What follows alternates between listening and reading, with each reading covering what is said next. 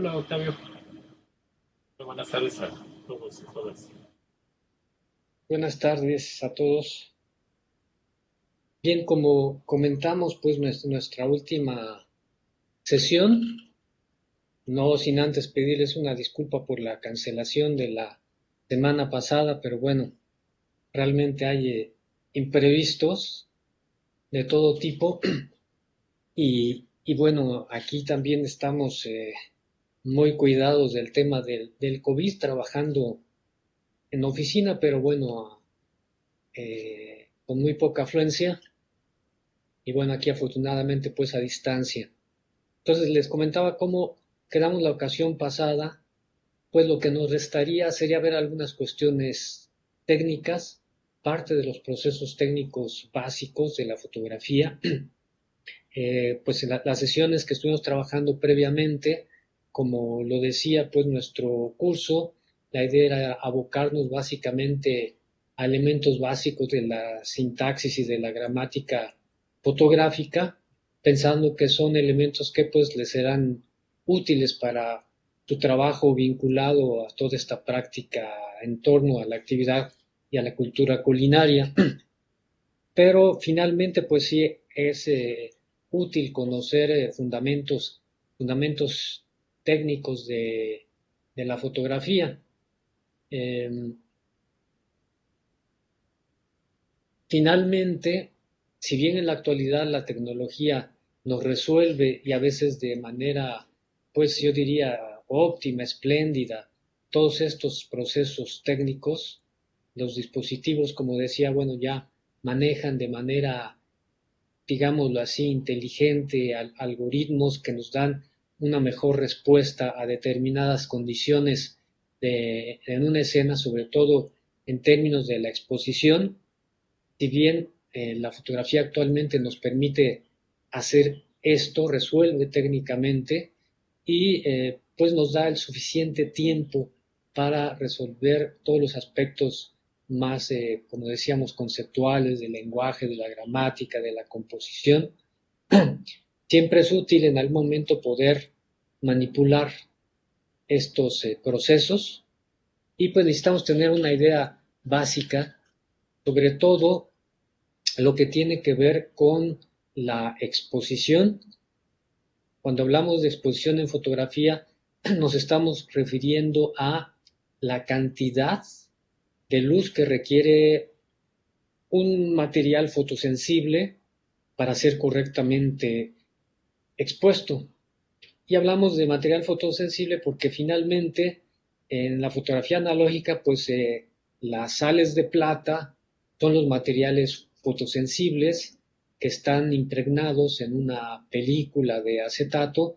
Y en la actualidad, pues el material sensible es un CCD, un chip que tiene la cámara, el equipo fotográfico que se forma a partir de los píxeles, pero este finalmente es un dispositivo sensible a la luz y nosotros necesitamos controlar justo la cantidad de entrada de luz que llega a este dispositivo.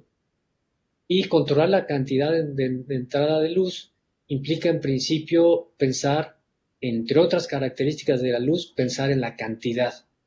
¿Cuánta luz necesita mi dispositivo para ser correctamente expuesta? La cantidad de luz correcta la podemos definir como X, es una cantidad correcta, el X es la cantidad correcta de luz.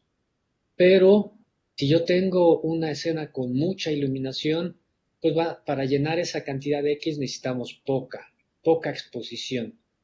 Si tenemos muy poca luz, entonces necesitamos exponer este material sensible durante mayor tiempo, necesita más cantidad de luz.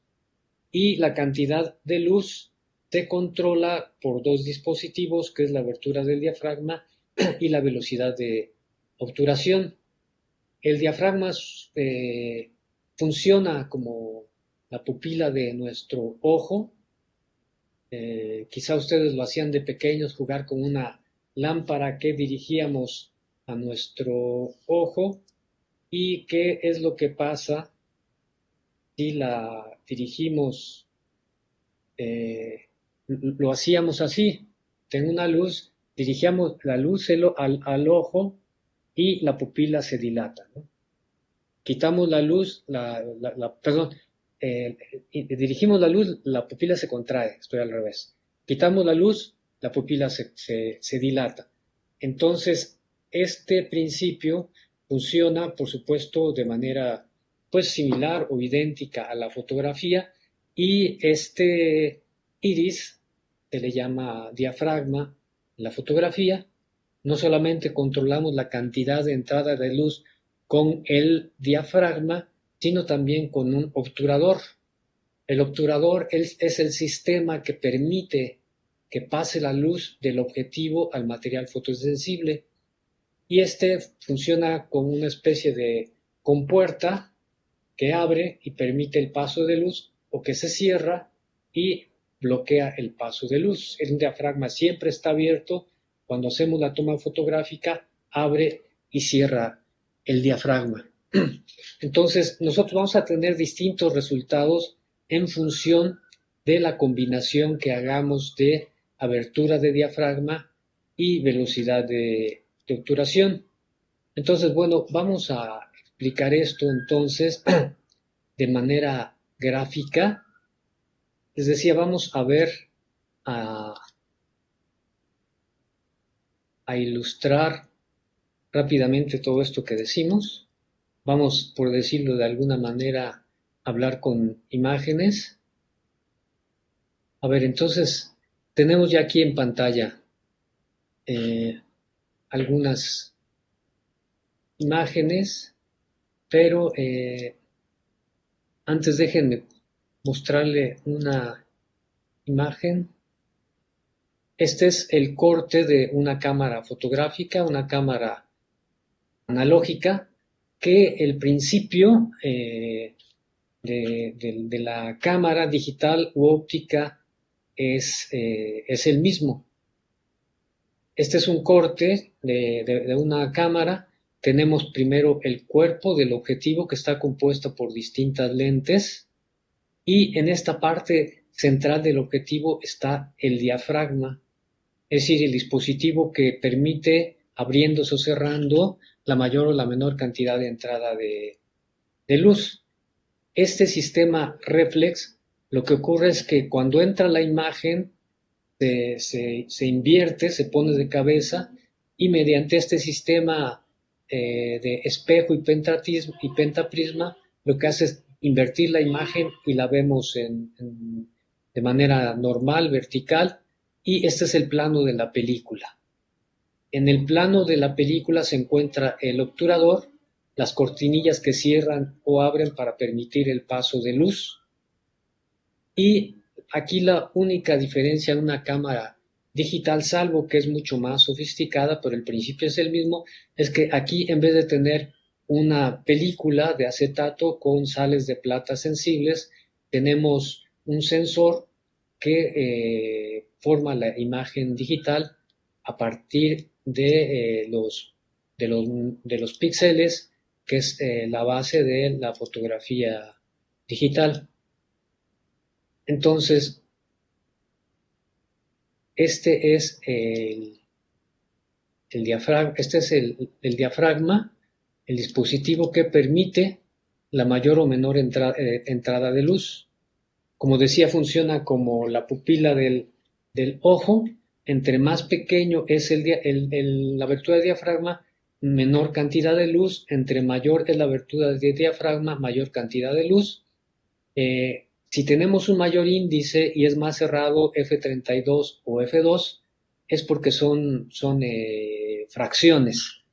Es decir, el F8, el diámetro de esta abertura, es el equivalente a 1/8 de la distancia focal, es decir, la distancia que se da entre el centro del objetivo y el plano de la película se llama distancia focal, y el diámetro de 1/8 es la octava parte de esa distancia. Un cuarto, este diafragma, equivale a la cuarta parte de la distancia focal. Es por esto que tenemos esta relación de tamaños de abertura de diafragma. Más abierto entra más luz, más cerrado entra menos luz. Antes encontrábamos en los equipos fotográficos incluso este tipo de indicaciones. Si no teníamos los índices, las cámaras analógicas decían el F16 lo vamos a utilizar para sol brillante, sombras negras, etcétera, un F8 para una escena con iluminación nublada, sin sombras, un F4 para sujeto en la sombra, un 2.8 para interiores, ¿no? Un poco adelantito vamos a ver lo que hemos mencionado mucho acerca de la profundidad de campo, cómo aumenta o disminuye dependiendo de la abertura de diafragma. La profundidad de campo aumenta conforme cerramos el diafragma, disminuye la profundidad de campo conforme cerramos el diafragma. Y esto, bueno, es un dispositivo analógico en una cámara reflex que trae un arillo que nos indica las aberturas. Incluso en las cámaras reflex digital funciona exactamente el mismo sistema. Insisto, los mandos automáticos y las combinaciones que nos permite una cámara digital son mayores, pero el principio es el mismo. Trabajan sobre el control de la exposición, el control de la entrada de luz a partir de la abertura de diafragma. Este es un dispositivo, electrónico. Estas cortinillas abren y cierran a determinada velocidad y es lo que permite el mayor o menor paso de luz. Funciona de manera similar en la fotografía analógica. Estas cortinillas pueden abrir a la velocidad de 1 segundo o fracciones de segundo, medio segundo, un octavo, un sesentavo. Regularmente las velocidades promedias que utilizamos es de un sesentavo o de un 125avo. Dependiendo del movimiento del motivo que vamos a fotografiar, pues la velocidad tiene que ser más rápida o puede ser más lenta. Aquí tenemos un gráfico que nos muestra la exposición correcta. En el centro sería el equivalente a, tenemos aquí una X o un 0, que es la exposición correcta, y vamos a encontrar en los dispositivos, incluso en los teléfonos celulares, podemos manejar este dispositivo de subexposición o sobreexposición. Es decir, en un lector de luz, un exposímetro, nos va a indicar que si damos menos exposición, las fotografías quedan oscuras. Puede ser menos un paso, menos 2 pasos, o quedan sobreexpuestas si damos más un paso, más 2 pasos. O sea, siempre hay una relación simétrica entre la exposición y la sobreexposición de el doble o la mitad. Es decir, en la sobreexposición, si damos más 1, tendríamos el doble de luz. Si damos menos 1 en la subexposición, tendríamos la mitad de luz. Y así hay una relación consecutiva. Por ejemplo, en la sobreexposición, en 1, un paso sobreexpuesto, tenemos el doble. En 2, tenemos el cuádruple, ¿no? Y se va multiplicando cada vez. Aquí este gráfico nos explica cómo tenemos una cantidad determinada de luz, ¿sí? Estas son las equivalencias que hay entre, por ejemplo, aquí en el 250, entre la cantidad de entrada de luz que me da un 250avo de segundo y un 5/6. Hacia arriba tenemos el diafragma, a la derecha, conforme vamos cerrando, el diafragma, la cantidad de luz que entra es menor, pero conforme vamos disminuyendo la velocidad de obturación, un sesentavo, la cantidad de luz es mayor. En el diafragma, hacia la izquierda, la cantidad de entrada de luz en un F4 es mayor, pero lo combinamos con una velocidad que es muy rápida, por lo cual entra menos luz y la exposición es menor. Es decir, finalmente la relación es esta.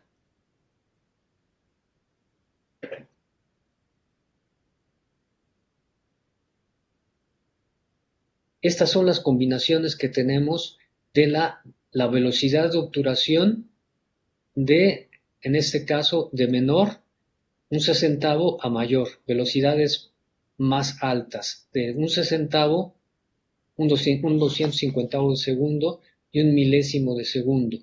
Vemos aquí cómo aumenta el tiempo de exposición en un sesentavo y disminuye el tiempo de exposición en un milésimo. De la misma manera, con el diafragma, la exposición disminuye con un diafragma más cerrado en 5,6 y aumenta la exposición con un diafragma más abierto de 1,4. Entonces vamos a ver algunos ejemplos de la manera en que incide, en principio, la velocidad de exposición. Por ejemplo, en este caso, ustedes pueden imaginar cuál es la velocidad de obturación. El movimiento está congelado, la tierra que salta está congelada, todo el movimiento está congelado. Esto tendría una velocidad entre un quinientavo y un milésimo para congelar esta imagen. En este caso, esta chica está saltando, evidentemente está en movimiento y necesita una velocidad alta, igual probablemente de un 500, un quinientavo, para congelar la imagen, sobre todo en las piernas, que es en donde hay más movimiento, incluso en la pierna que va adelante, en esta parte del pie, se alcanza a ver un poquito mínimo movimiento porque seguramente es la zona del cuerpo que se está moviendo más rápido. Una imagen también que implica velocidades altas. Aquí también son frecuentes estas imágenes de movimiento de agua con un 500, un milésimo de segundo. En este caso también se necesita congelar el movimiento. Probablemente un movimiento más rápido, la pelota de ping pong tiende a moverse muy rápido.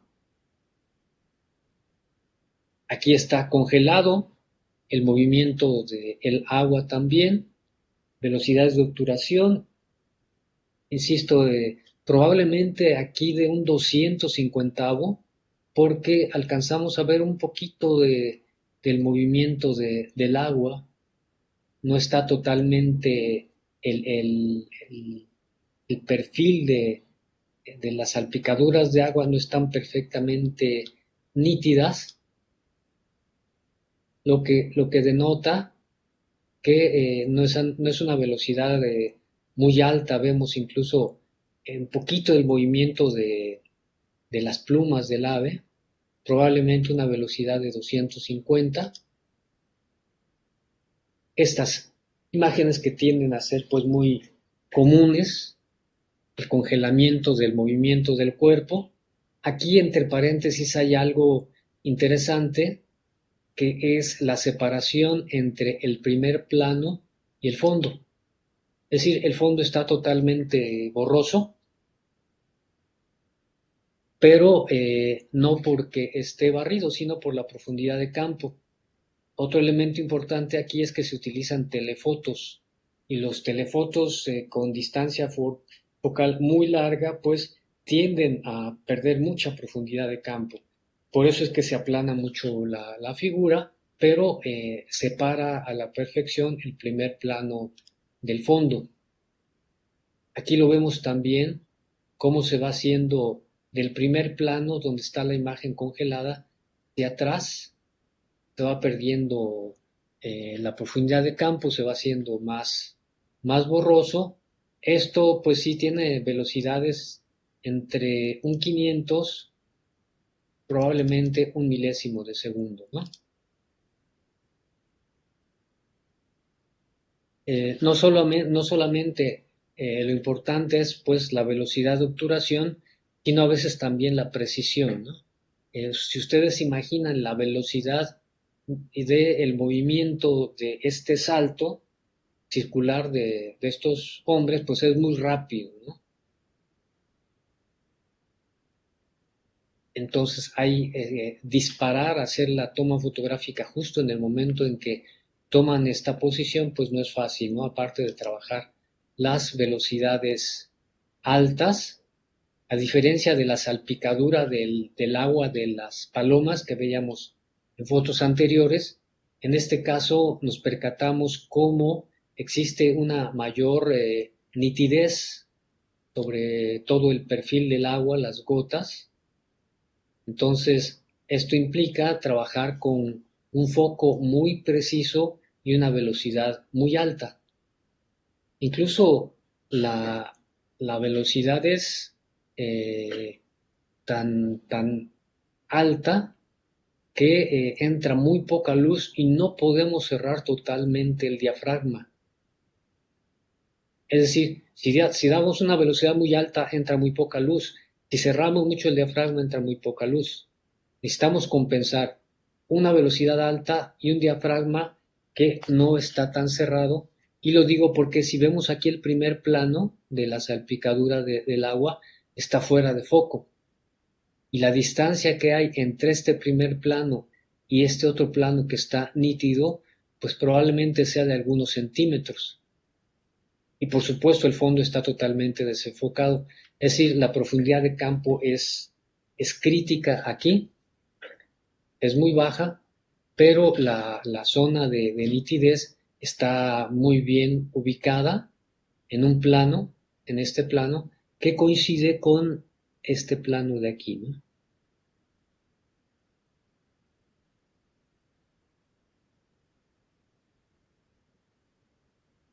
Bueno, vamos a ver otros ejemplos.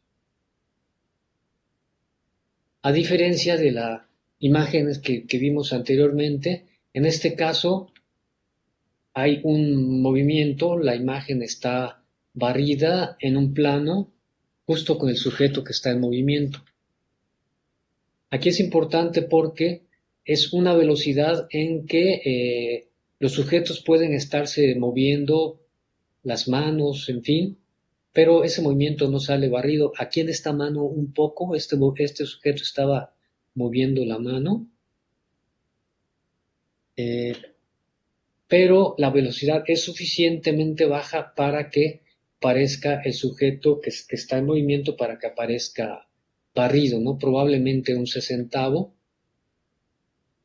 En este caso, la velocidad de obturación es más lenta, probablemente un quinceavo, un octavo de segundo o hasta un cuarto, dependiendo de la velocidad en que se estén moviendo, pero esto se tiene que compensar con la abertura de diafragma.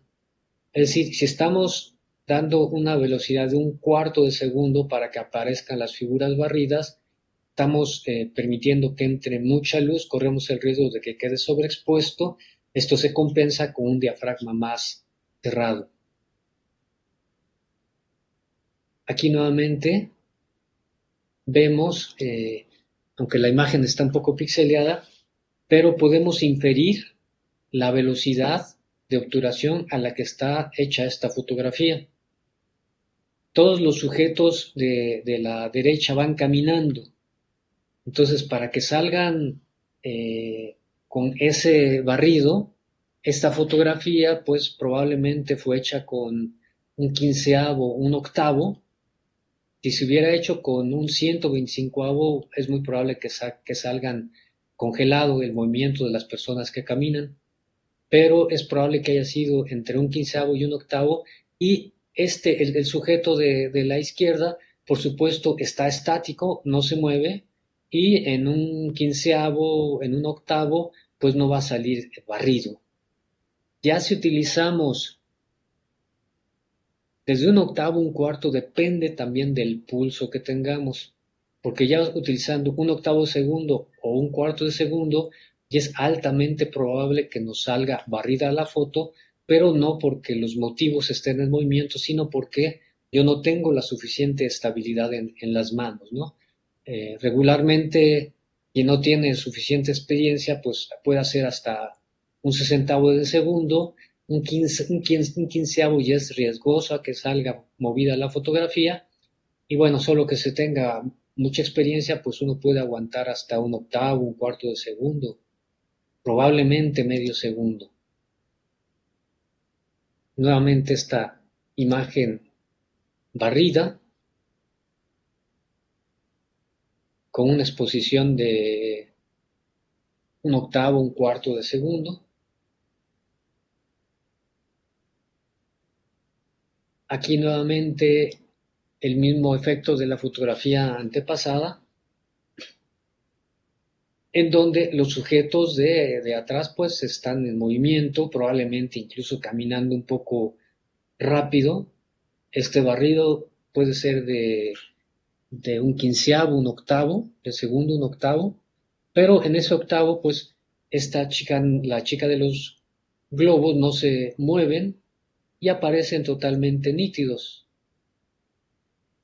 Puede tener un movimiento suave, por ejemplo, en los extremos de los globos, podrían haber con un posible movimiento suave, si tuviera menos de un octavo, por ejemplo, salen movidos. Pero aquí hay una combinación de movimiento y de velocidad de obturación que permite que aparezca estática y barridos las personas del fondo.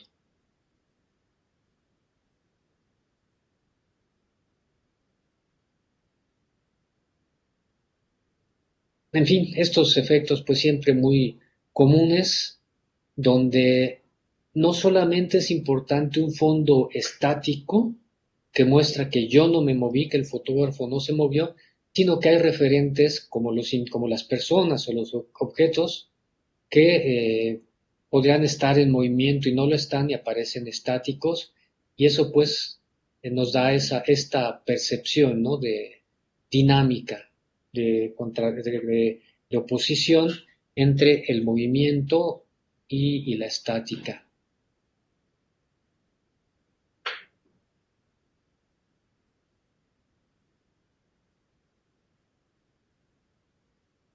Por supuesto, esta imagen es muy interesante porque se requiere una velocidad en la que este pájaro colibrí, o sea, no está totalmente estático, está en movimiento. Entonces, el ave se está moviendo, se mueve el cuerpo, se mueve la cabeza, se mueve el pico, pero por supuesto no se mueve a la misma velocidad de las alas. Entonces, sí hay que utilizar una velocidad alta para congelar el posible movimiento del colibrí, probablemente un 250avo, ya logra congelar el movimiento del colibrí, pero la velocidad del aleteo es tan rápido que incluso sale barrido.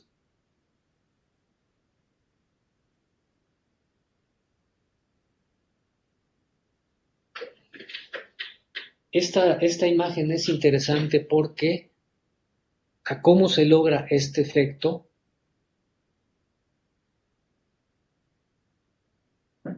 El salto no solamente implica movimiento, mayor movimiento en piernas, sobre todo un poco en las manos. Es muy probable que el salto pues implica que se mueve todo el cuerpo, pero aquí lo que se hace es fotografiar el punto de inercia, y ese punto de inercia pues dura un instante, ¿no? Entonces uno tiene que hacer coincidir el punto de inercia, la velocidad en que, por decirlo de alguna manera, se detiene. Si nosotros aventamos un objeto hacia arriba, una pelota, llega un momento en que se detiene y cae. Entonces ese punto de inercia equivale pues a un instante de- se detiene el movimiento, un instante estático, que nos daría tiempo para fotografiarlo, no lo sé, con un quinceavo probablemente de segundo, y entonces necesitamos registrar justo el punto de inercia. Hace muchos años con un fotógrafo que hizo mucha fotografía de motivos sociales y etnográficos, Nacho López, yo aprendí a fotografiar con él y yo tenía ya una cámara reflex. Me dice, no uses esa cámara, la cámara reflex, como vimos al principio, eh, en el momento en que se abre el obturador, yo dejo de ver lo que estoy fotografiando. Y hay otro tipo de cámaras de telémetro que nos permiten ver exactamente el instante en que estamos fotografiando. Bueno, esto ahora ya no ocurre con las cámaras digitales, con los visores, pues la reproducción de la imagen por el visor es permanente. Y bueno, como han visto en algunas fotografías previas, pues todo el manejo de la velocidad de obturación y la representación de la velocidad, pues se presta también para hacer una fotografía más de carácter creativo, más de carácter estético. Es decir, el asunto es que podemos barrer o congelar el movimiento a partir del control de la velocidad de obturación.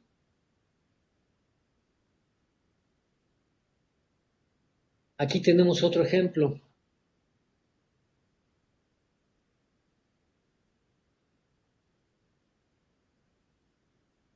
¿Qué pasa con la velocidad en este caso?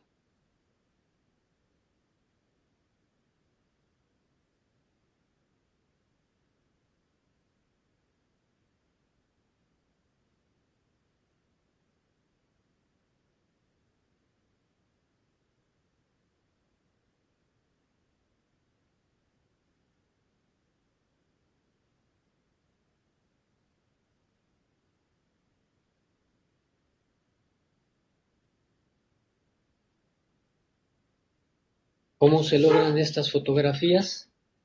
Si las vemos con detenimiento, pues podemos inferir.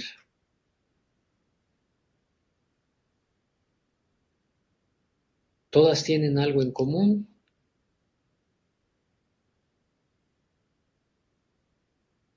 que es un primer plano nítido, que es un primer plano sobre todo eh, congelado, pero por supuesto inferimos que está en movimiento. Y aquí lo que ocurre es a la inversa de todas las secuencias anteriores, que el movimiento aparece en el fondo. ¿Por qué? O sea, no es que se esté moviendo la tierra, no es que se esté moviendo el lago, no es que se esté moviendo el fondo de la vegetación, sino lo que se está moviendo pues es la cámara. Entonces, regularmente estas imágenes se logran con promedio de un treintavo a un octavo de velocidad. Entonces yo logro empatar, voy siguiendo con la cámara el movimiento, pero con una velocidad relativamente baja, que va decía, de un treintavo a un octavo, y entonces yo corro la cámara exactamente a la misma velocidad del motivo que está en movimiento, pero como voy corriendo la cámara durante esa fracción de segundo, ese treintavo, ese octavo de segundo, pues el fondo aparece barrido, ¿no? Aquí es donde, esta es creo que la fotografía mejor lograda. ¿Qué es lo que hace el fotógrafo con un telefoto medio? Sigue el objeto y lo va siguiendo como si le fuera a disparar exactamente. Y le dispara, pero con la cámara, y le dispara durante un quinceavo de segundo.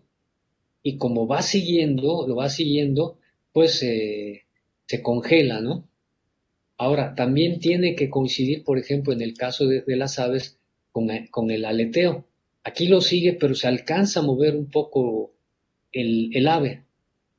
Y aquí utiliza una velocidad un poquito más alta porque incluso las alas, es decir, el pato casi no planea, pues seguramente se están moviendo un poco. Entonces la velocidad de obturación es un poco más alta, es decir, no un octavo, un treintavo, pero también el pato lleva mayor velocidad y la cámara entonces se mueve más rápido.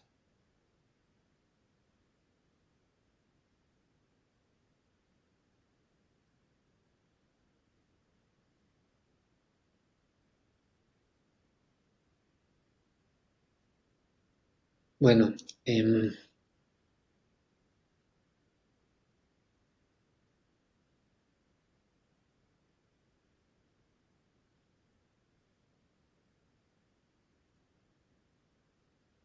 a ver, vamos a ver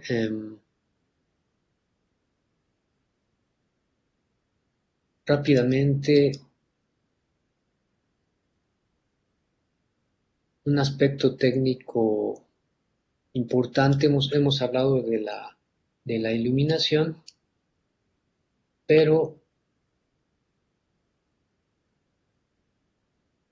vamos a ver básicamente lo que es la luz dura y la luz suave.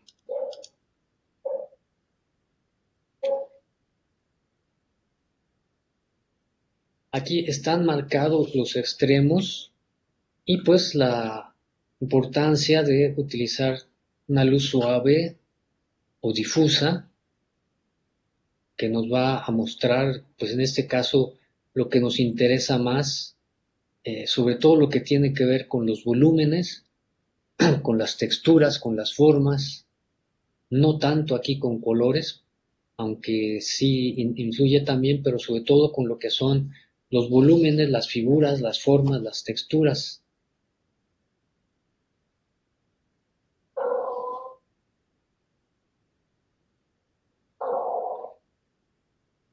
Eh,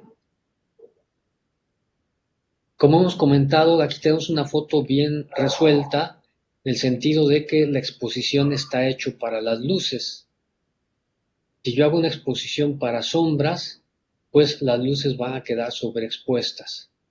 Pues es una fotografía que en términos de exposición bien equilibradas, pero a partir de una fuente dura, una luz intensa y directa. A diferencia de esta toma que trabaja con una luz difusa, con una luz suave.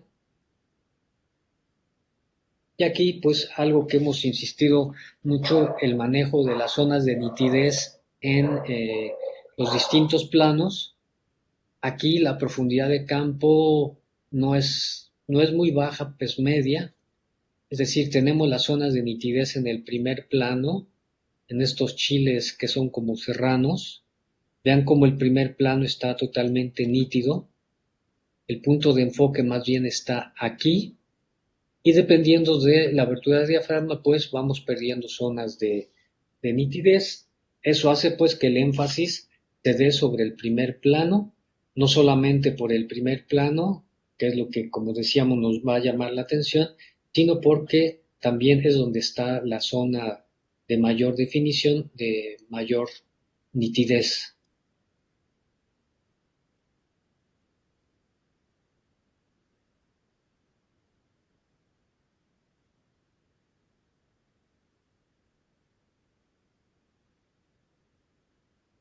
Bueno, vamos a ver una secuencia, a ver, dos secuencias muy rápidas que tienen que ver con la exposición.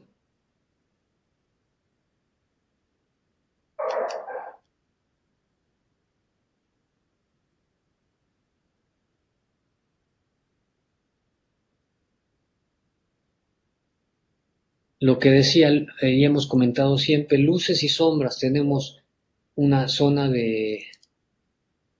de luces, que es el fondo. Aquí vemos la forma, la intensidad, los tonos de las nubes. Perdemos detalles en primer plano. Utilizamos un diafragma más abierto.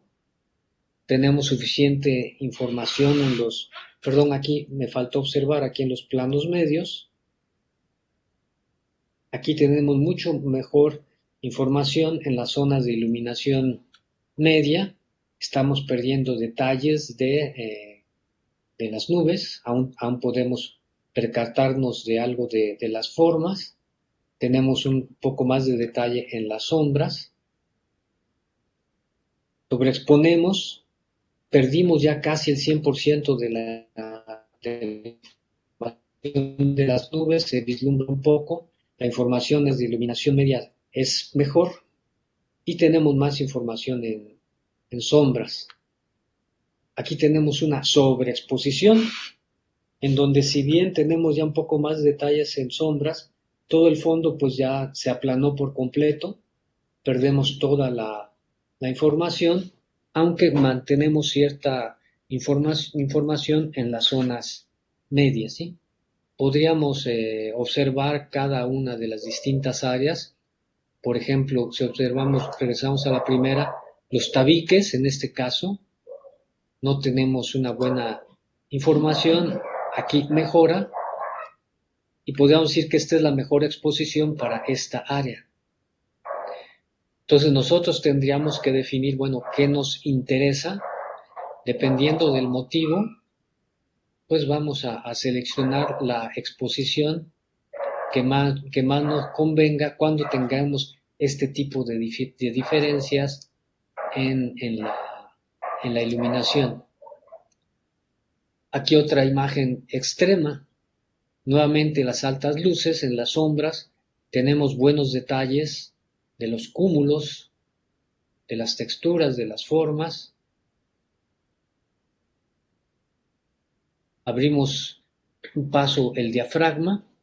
Tenemos una poca más de información, pero aún no es suficiente, y mantenemos la información en las luces.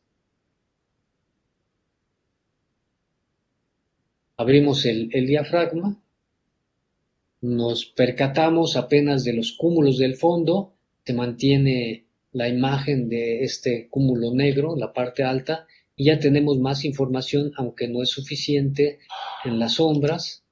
Abrimos un paso más, mantenemos la noción de los cúmulos cargados de agua, aunque ya perdimos los cúmulos del horizonte, y tenemos mucho más información en sombras. Ya vemos la cantidad de detalles en la vegetación, en la arquitectura, en los autos. Abrimos un paso más y pues tenemos todavía una buena información en luces, pero ya se perdió por completo la información del fondo. Y esto, bueno, ya es una imagen sobreexpuesta, ¿no? Que ya perdemos información en todas las zonas. Vamos a ver que la manera en que funcionan los dispositivos digitales, particularmente los celulares, pues mantienen los mismos principios. Bueno, esta es la pantalla de un dispositivo celular. Sí, la alcanzan a ver completa. Vemos los iconos de arriba que me van indicando pues los distintos dispositivos que tienen que ver con los controles del dispositivo. Aquí la variación es mucha. O sea, hay dispositivos que tienen más controles, dispositivos que tienen menos controles. Aquí tiene funciones de retrato en que suaviza la imagen de foto, el video, algunos efectos especiales, la cámara delantera, la trasera. Pero aquí lo que me importa en este caso es el zoom. Aquí yo doy, híjole, ahora cómo se dice, lo toco, no doy precisamente un clic, porque el término del clic tiene que ver más con la onomatopeya, y aquí pues el colocar el dedo es silencioso, aunque algunos dispositivos sí tienen un pequeñísimo clic, ¿no? O una vibración mínima. Entonces, yo aquí estoy haciendo un encuadre con esta, llamémosla distancia focal. Eh,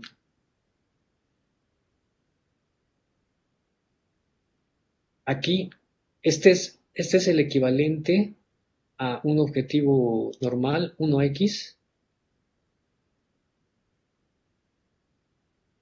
Luego, aquí hay un acercamiento, telefoto de 2x. Y es el mismo motivo y el mismo punto de vista. Y volvemos a la toma con una distancia focal de 1x, 2x, nos acercamos, y 10x, ¿no? Aunque en este caso vemos cómo con este acercamiento perdemos calidad. O sea, estando en la misma posición el dispositivo, tenemos aquí, ubicamos la manzana, y este es en la capacidad de la óptica del dispositivo. Ese es el máximo acercamiento que me da, que bueno, no es malo. Aquí entre paréntesis, siempre lo mejor es tener un acercamiento físico. Es decir, el encuadre normal sería este de 1x. Entonces, siempre lo mejor para hacer una fotografía es hacer un acercamiento físico hasta donde nos lo permite la distancia mínima de enfoque. Ahorita vamos a ver con un lente, con una opción macro, yo me puedo acercar mucho más. Insisto, es mejor el acercamiento físico que el acercamiento con un telefoto, y todavía más, es todavía más conveniente el físico que el digital, porque con el acercamiento digital aquí vemos cómo, en este caso, el 10x, por la calidad de la imagen, pues ya es un acercamiento digital. Probablemente en este dispositivo hasta el 2x es un acercamiento óptico, pero aquí ya tenemos un acercamiento digital.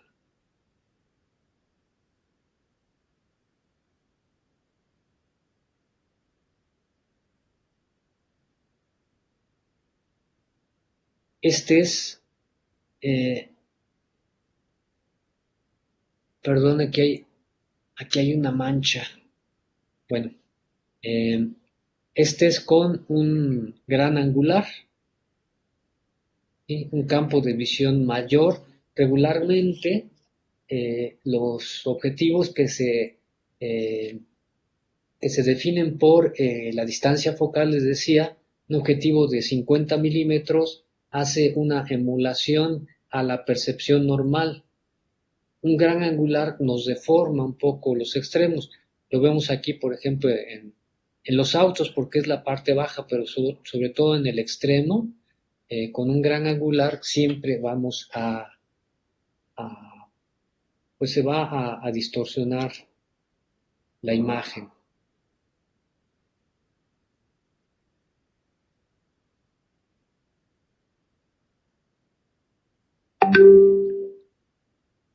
Aquí tenemos la toma con un acercamiento de 1x.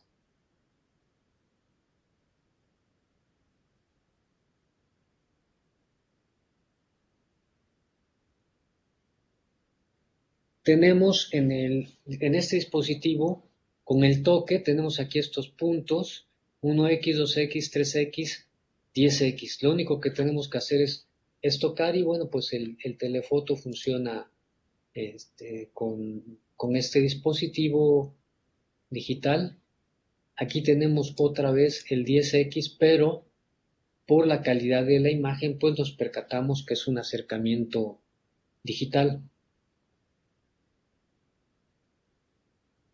Y tenemos, insisto, dependiendo del dispositivo, pues una cantidad de funciones para hacer fotos panorámicas, para hacer fotografías en movimiento, como lo que vimos antes. En este caso, cuando seleccionamos esta función de foto con movimiento, significa que pues habrá algún objeto en movimiento, un vehículo, niños jugando.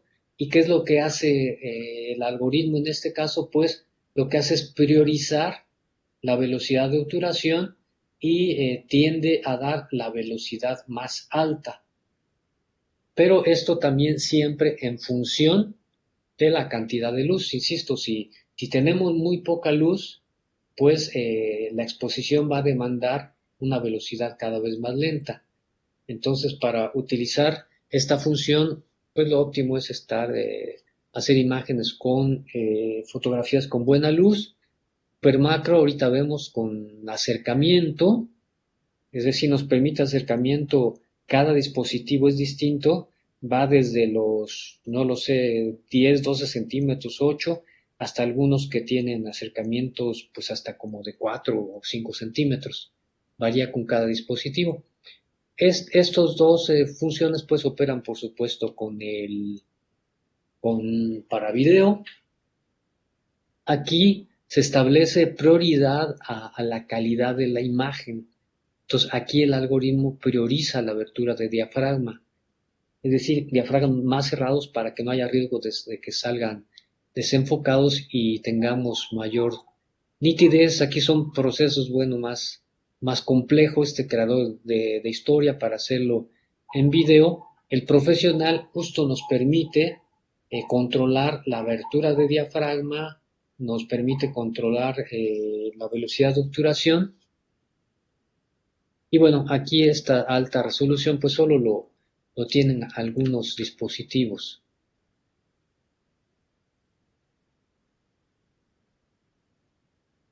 Bueno, entonces si vamos nuevamente de los extremos, que es una foto en gran angular, y esta es la fotografía que nos da idea para este dispositivo el tipo de acercamiento. Pues aquí dice distancia de captura óptima hasta 4 centímetros. Aquí está el ejemplo. Y para el caso del tipo de trabajo que hacen ustedes cuando trabajan ingredientes, texturas, siempre es interesante cuando tienen este dispositivo en sus celulares del macro, hacer detalles de objetos que lo ameritan, ¿no? De ingredientes, semillas, en fin, ¿no? Es muy útil el macro.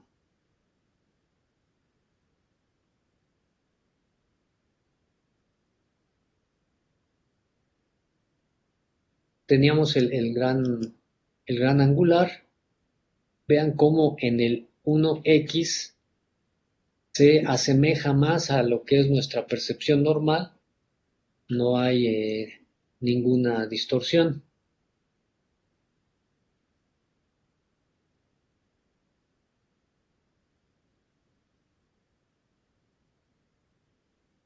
Bueno, en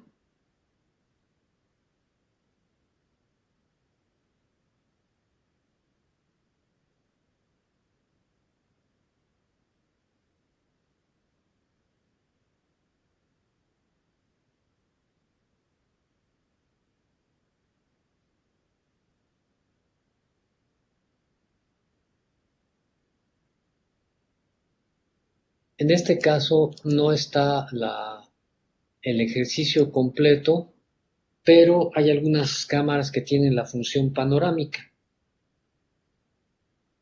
Entonces, pues este proceso es muy simple. Aquí nos lo indica, presionamos el obturador de la cámara, lo mantenemos presionado y simplemente vamos siguiendo esta flecha nos va indicando a la velocidad, nosotros la vamos siguiendo procurando de que no salga del centro la flecha y el procesamiento pues es automático, ¿no? No todas las cámaras tienen este dispositivo, pero pues tenemos una opción óptima en este caso. Aquí vemos un poco el recuadro, el encuadre, que conforme vamos corriendo la cámara se va recorriendo a la derecha. Hace que estamos en el 22, pues a principios de siglo, para hacer estas fotografías se podían hacer en una cámara analógica, pero para dar una vuelta, por ejemplo, de 360 grados, había que hacer, no me acuerdo si 12 o 14 fotografías, pero tenía que girar la cámara sobre el centro óptico. Las cámaras regularmente analógicas y las reflex y las digitales tipo reflex, la base para conectarla al tripié está en la base del cuerpo. Entonces, había que desfasarla al centro óptico que está a la mitad del objetivo, hacer 10 fotografías, 12, perdón, 12 fotografías calculando la distancia del último punto para girarla, y había un programa y uno se tardaba en hacerlo, pues en hacer las fotografías y encargarlas y demás, era eh, pues no sé si un par de horas para hacer una panorámica, ¿no? Y esto pues uno después de que hace las tomas, la cámara lo procesa pues en un par de segundos. Otro de los controles que tenemos es el de la temperatura de color.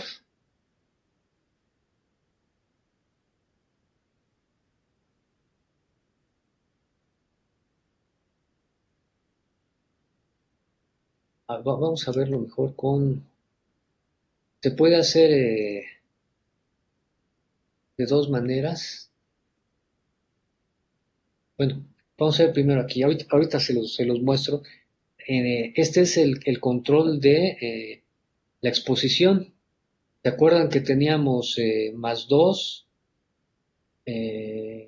más 1, más 2, 0, menos 1, menos 2?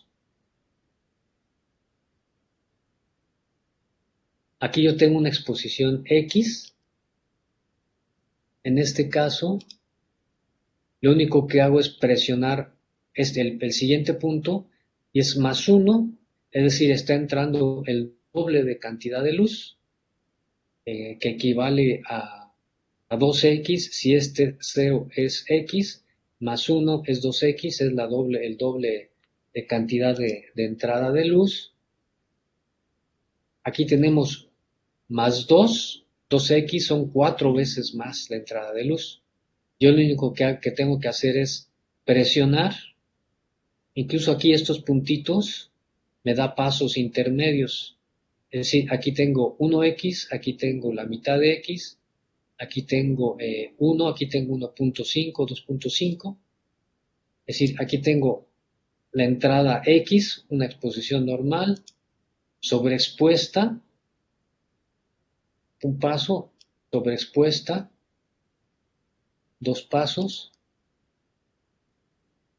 Aquí tenemos una subexposición, menos 1.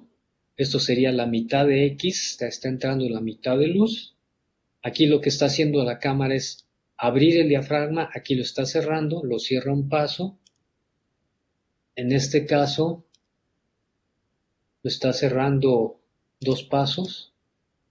Si tenemos menos 2, es decir, menos un cuarto de X.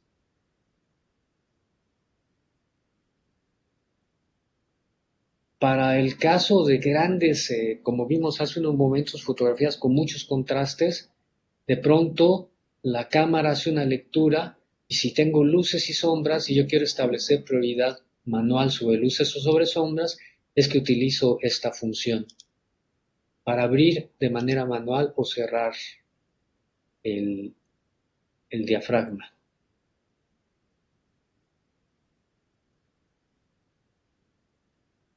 Y aquí tengo el control de temperatura, de color. Lo que hago es yo ajustar aquí el balance de blancos.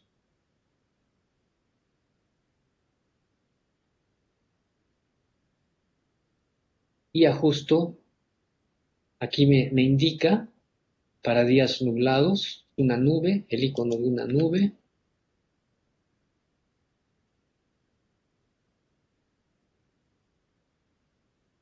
Aquí tengo para luz fría, ya casi no se utiliza esta luz, que son esta luz verde de estos, la que utilizan los focos largos de tubo. Esto nos serviría para ajustar.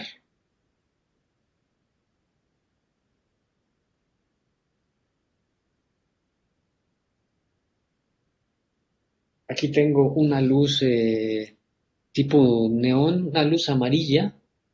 ¿Qué es lo que hace la imagen? Poner un filtro azul para ajustar, para controlar esta temperatura de color.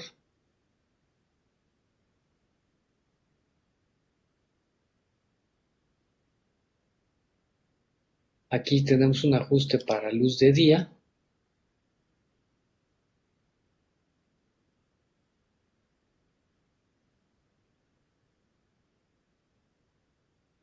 Y este se supone que sería el ajuste automático que está haciendo la cámara, ¿no? Que nos lo marca aquí, que es AW, que es auto, automático de balance de blancos.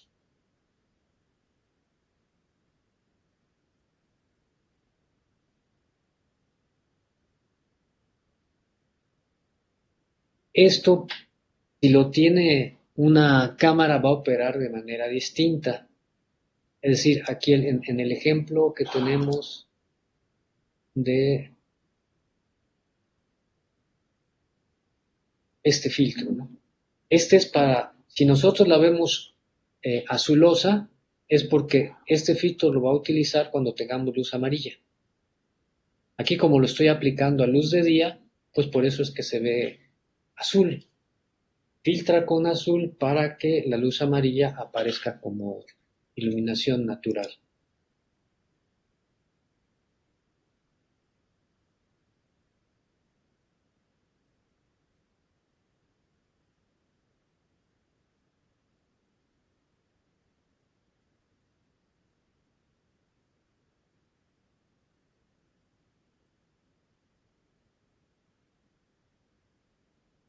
Bueno, eh,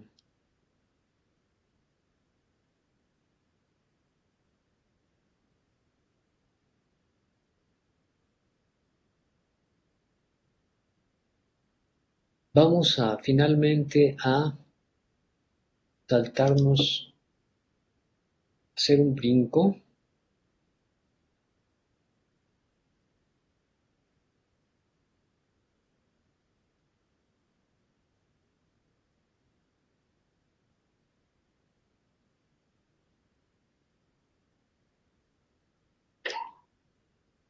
A ver, finalmente, lo importante, y aunque ya sea muy insistente, pero eh, la cámara siempre va a resolver todos estos problemas de exposición. Eventualmente podrá no haber una buena solución. Esto va a depender del dispositivo que tengamos. Hay dispositivos que tienen muy buenos algoritmos, buenas soluciones para los problemas de exposición.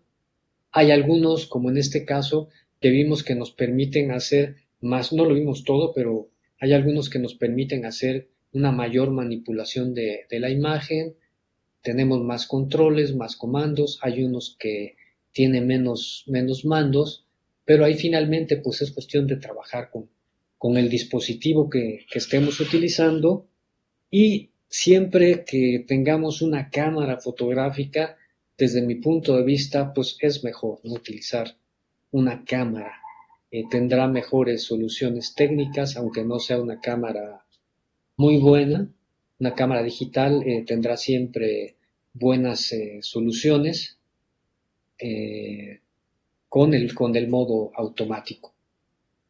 Eh, bueno, voy a cerrar con una secuencia fotográfica, justo pensando en que lo que vamos a hacer no siempre es solamente un trabajo en espacios cerrados o vamos a hacer descripciones en espacios de los cuales yo tengo todo el control, no solo del espacio, sino de los objetos, de los procesos y sobre todo del desplazamiento, ¿no? Que como veíamos es una parte importante incluso de la construcción gramática de la imagen, la posición del fotógrafo, el desplazamiento. O sea, no siempre vamos a estar en espacios controlados. Y aquí, bueno, lo que vamos a hacer, a ver, es una pequeña narrativa de un proceso.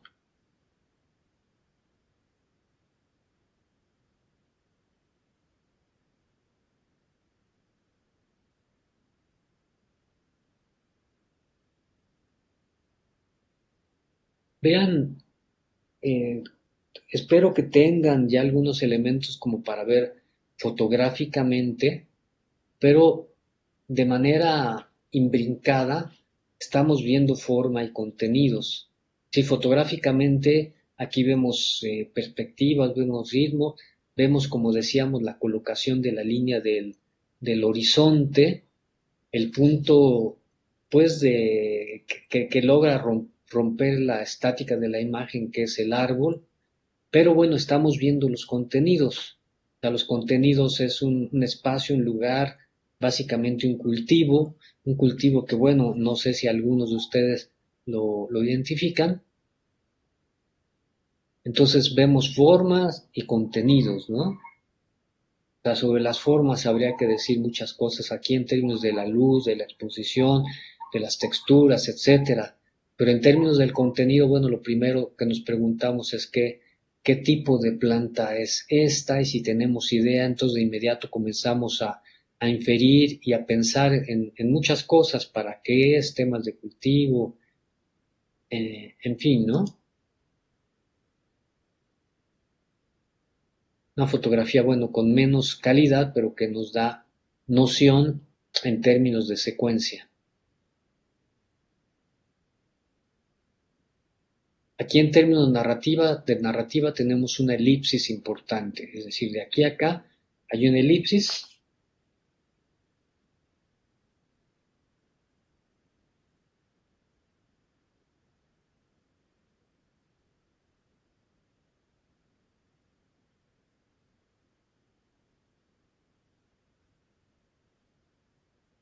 y si bien de pronto hay un punto de interés, un centro de atención, sabemos la fotografía y tenemos que ver todo, ¿no?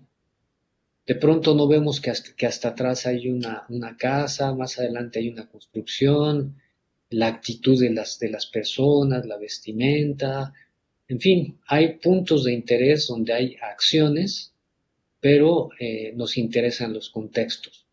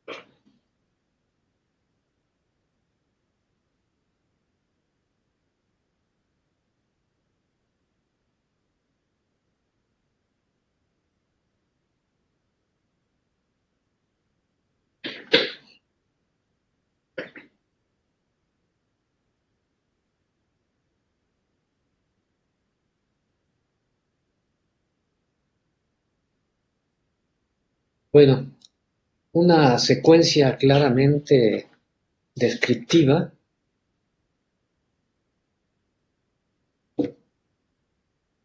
Y aquí lo importante en términos de la técnica es lograr la homogeneidad técnica, es decir, todas tienen que ser fotografías bien expuestas, incluso aunque tenga condiciones distintas de luz.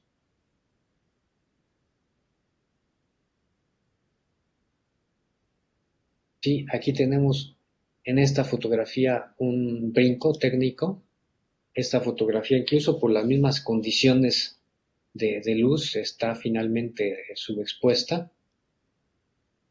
Pero, por ejemplo, en este caso, el movimiento en todos los casos que hay movimiento del vaciado de la semilla,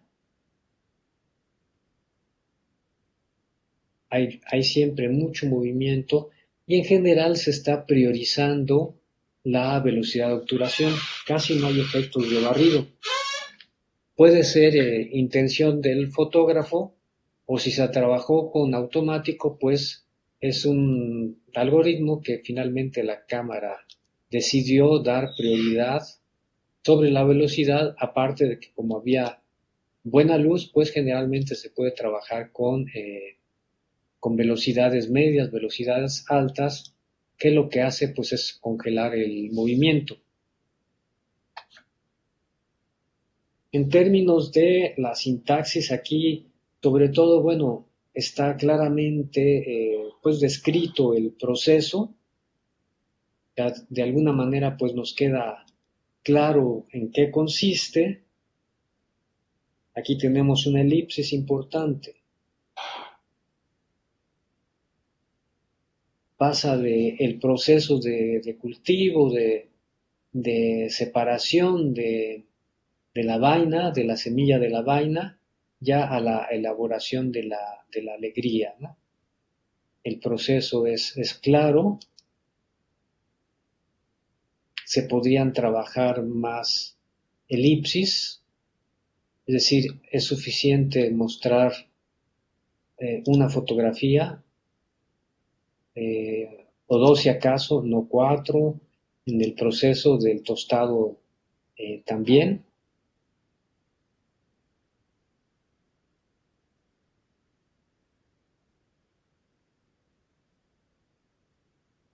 No hay interés en este caso, en esta secuencia, en los contextos. En términos de la sintaxis, el acento está sobre el proceso de elaboración.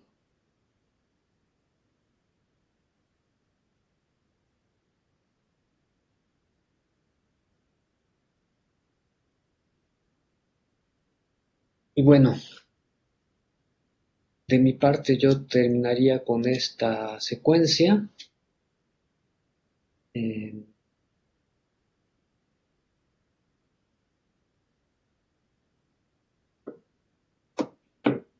no sé si tienen algún comentario.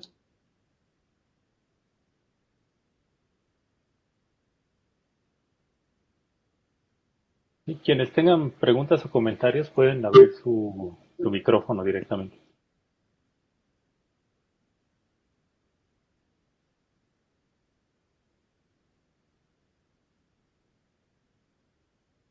O escribirlo en el chat si no tienen buena señal.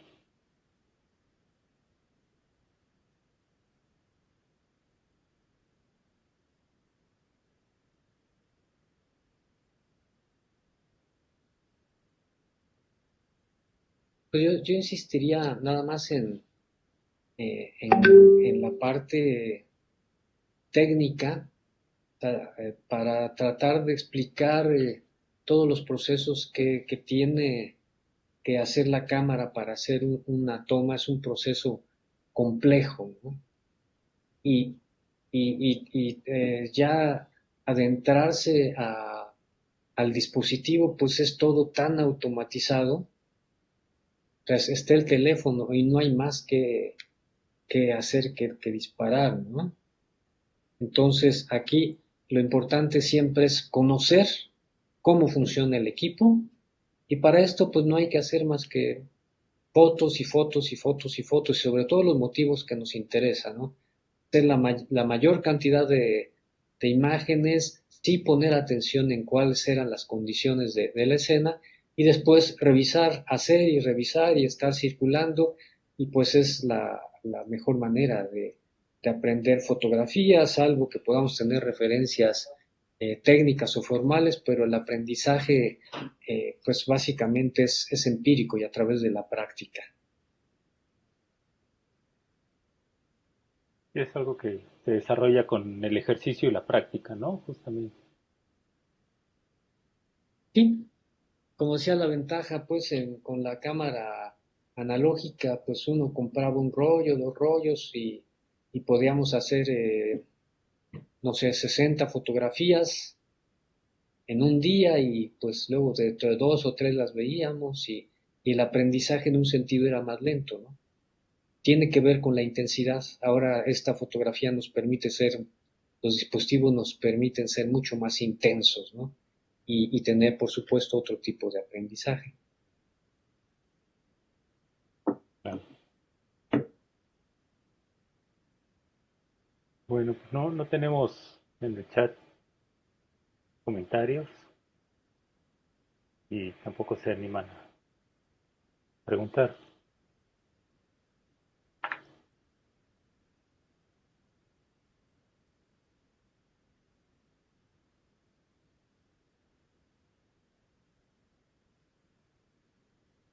Ahí apareció Oscar, no sé si tenías alguna pregunta, Oscar.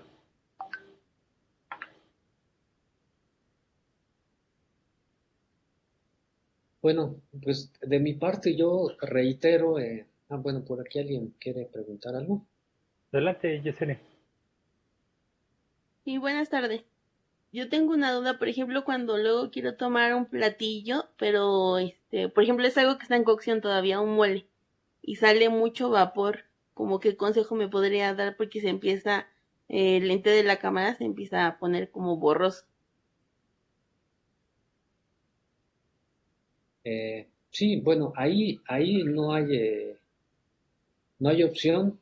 Si hay, a ver, si hay un elemento que, por decirlo de alguna manera, es disonante, eh, pues yo busco la manera de que no interfiera, ¿no? O muchas veces esos elementos disonantes pues me ayudan a lograr ciertos efectos.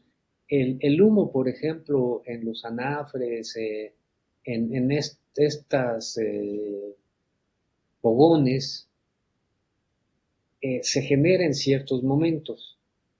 Entonces puede ser que a mí me interese justo mostrar que es un momento en que, bueno, hay humos, se está generando, es parte del proceso. Entonces, bueno, yo hago el registro y de alguna manera estos elementos que no son muy nítidos, pues se puede hacer que se intensifiquen. Pero cuando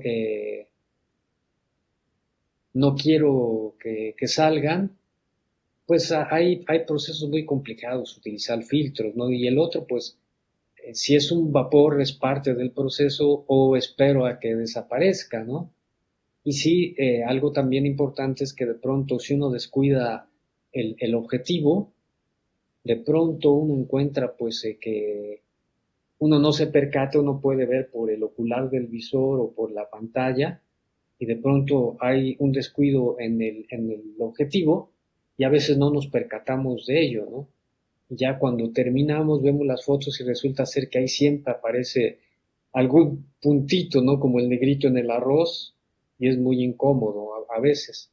Entonces siempre pues hay que tener cuidado de mantener limpios los objetivos. Pero, perdón, no sé si, Yesenia, si respondo tu pregunta o... Sí, no, por ejemplo, lo que pasa es de que siento yo que los aparatos se calientan mucho cuando se acerca. Y quiero una buena toma del vapor, pero se calientan mucho. ¿Hay algo que pueda, no sé, algo que sea térmico? Bueno, a ver, yo me imagino que si quieres hacer una toma así de contrapicada, de un guiso que se está cocinando, pues sí siempre vas a tener vapor.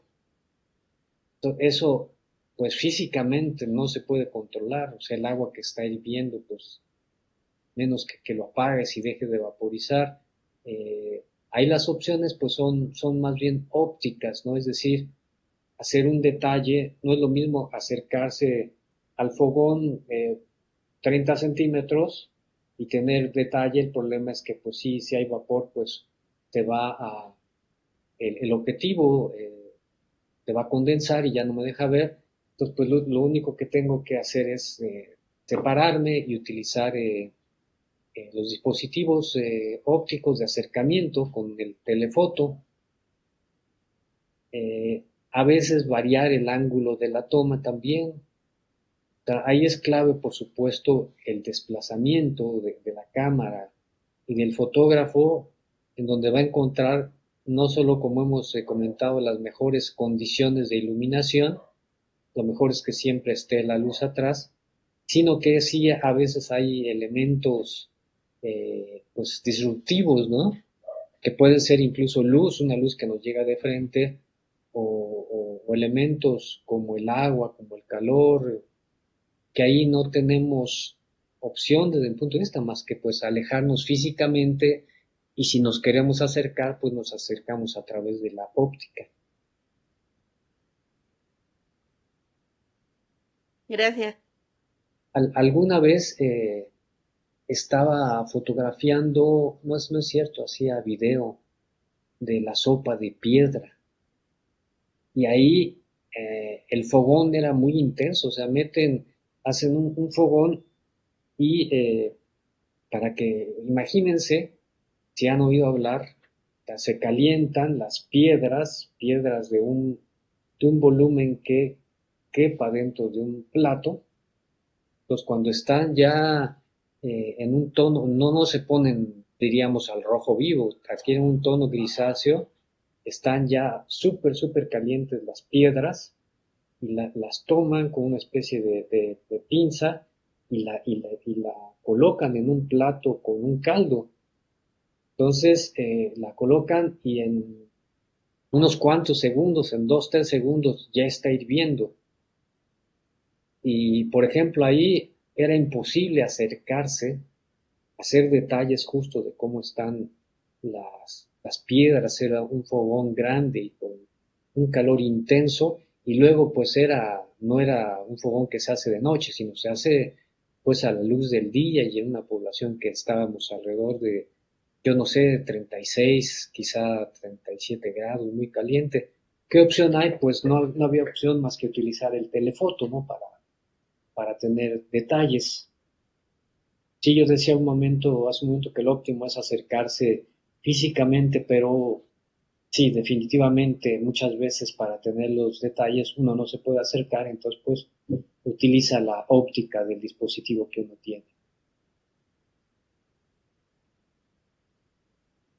Perdón, Octavio, este ejemplo también sirve, por ejemplo, a veces cuando estamos haciendo registro en alguna fiesta o alguna cocina, algo así, y pues a veces uno pues estorba, ¿no? Como haciendo el registro un poquito, a veces también es indispensable pues hacer uso del zoom, ¿no? De ocupar estos, eh, algo así Sí, como lo que comenta. pero sobre todo yo diría, Enrique, donde el estorbar hay dos formas sobre todo de estorbar. Uno, cuando uno físicamente estorba, es decir, si está la gente moviéndose, pues tú no puedes estar ahí, o estás ayudando o no estás, simplemente tienes que alejar. Y a veces lo óptimo es estar dentro, pero si estás dentro vas a estar haciendo algo y pues no vas a tener las manos para hacer la fotografía, o necesitas suficiente habilidad para estar trabajando y de pronto distraerte y hacer una fotografía, es decir, en el sentido de estar integrado, ¿no? Y participar.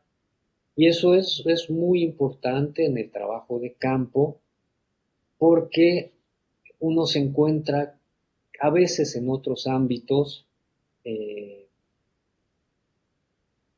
donde hay algún tipo de acontecimientos que son más periodísticos. Si uno ve cómo trabajan los fotoreporteros, o sea, son de una, híjole, yo no sé, diría, agresión, o sea, la gente se mete a hacer las fotos y se mete a hacer codazos y eh, temas así, ¿no? Que son otras dimensiones, tales, ahorita me acuerdo de una anécdota en Tlacotalpan, donde pues era un evento donde yo me siento con un tripié y coloco mi cámara, pues llega un fotógrafo y es claramente, para mí fue claramente que su intención fue pararse dándole la espalda a la cámara, o sea, bloqueando la toma y pues, es un extremo, es la única vez en la vida en que yo he pateado a alguien.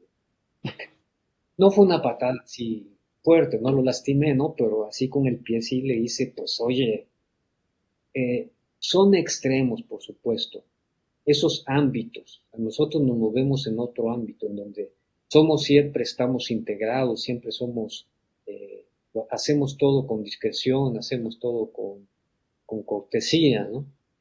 Pero sí, afortunadamente, pues está justo el dispositivo, el telefoto que nos permite hacer fotografías pues más discretas, ¿no? En la dimensión física y también en la dimensión social. Y la importancia del trabajo de campo, ¿no? Para el registro justo de la imagen. Sí, que aquí, bueno, seguramente algunos de ustedes en sus trabajos pues probablemente tengan que hacer algún tipo de registro de ¿no? Pero, en fin, yo les reitero y reitérenles a sus compañeros, Enrique, a los demás miembros del diplomado, si en algún momento van a utilizar de cierta forma la fotografía, pues tienen correo, o sea, yo con gusto de manera programada, pues puedo apoyarles cualquier situación, ¿no? Pues muchas gracias, Octavio. Pues bueno, pues sí, si no hay más comentarios, pues yo creo que podemos cerrar la sesión y el ciclo de este taller. Y pues bueno, pues queda abierta la invitación del maestro Octavio. Bueno, pues gracias a ustedes por su escucha, por su paciencia y pues seguimos en contacto. Muchas gracias, Octavio. Nos estamos Bueno, viendo en la ENA. Un que estén- abrazo. Gracias. gracias, que estén bien, cuídense. Gracias, maestro Octavio. Hasta luego, gracias a ti, que estén bien.